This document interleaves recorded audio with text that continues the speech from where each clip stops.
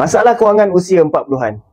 Status kewangan pada usia muda itu disebabkan latar belakang kehidupan kita. Tetapi ketika usia 40-an itu disebabkan cara kita menguruskan kewangan sendiri. Status kewangan kita hari ini bukan disebabkan apa yang kita belanjakan semalam, tapi sikap kita berbelanja bertahun-tahun lamanya. Yang menentukan tahap kewangan kita lagi 5 hingga 10 tahun akan datang bergantung pada sikap dan tabiat kita tentang kewangan hari ini.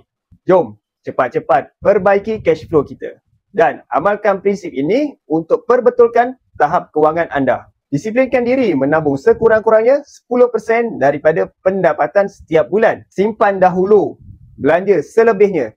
Jangan tunggu duit lebih baru nak menabung. Sentiasa hidup di bawah kemampuan, bukan ikut kemampuan. Apatah lagi ikut kemahuan. Berpada-padalah pada hutang. Jangan sesekali berhutang, kecuali perkara yang benar-benar jadi keperluan mendesak. Kalau nak beli sesuatu, kena bayar secara ansuran, ketahuilah sebenarnya kita belum mampu. Menabunglah dahulu. Bila sudah cukup, baru beli. Jangan sesekali melabur, kecuali guna duit lebihan daripada tabungan 6 hingga 12 bulan gaji. Selagi belum cukup tabungan, jangan sibuk melabur. Fokus menabung dahulu. Pelaburan terbaik ialah ilmu. Baca buku. Datang seminar tentang kewangan. Jangan berhenti tambahkan ilmu tentang kewangan dan kekayaan.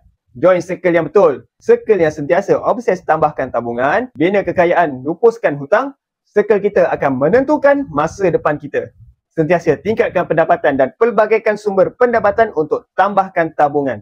Jangan bergantung hanya satu pendapatan. Setiap kali pendapatan bertambah, tambahlah tabungan. Jangan sesekali guna duit kenaikan pendapatan untuk tambah komitmen hutang. Nak mula menabung emas di Public Gold? Jom saya bimbing anda sebaik mungkin. Miskin di usia muda adalah pengalaman kehidupan. Tetapi miskin di usia tua adalah penjara kehidupan. Bagi sesiapa yang berminat untuk mulakan simpanan di Public Gold, boleh tekan butang mesej. Saya akan bimbing anda sebaik mungkin. Semoga perkongsian saya bermanfaat. Langkah pertama anda akan memberi impak yang besar pada masa depan yang mendatang. Jangan lupa follow.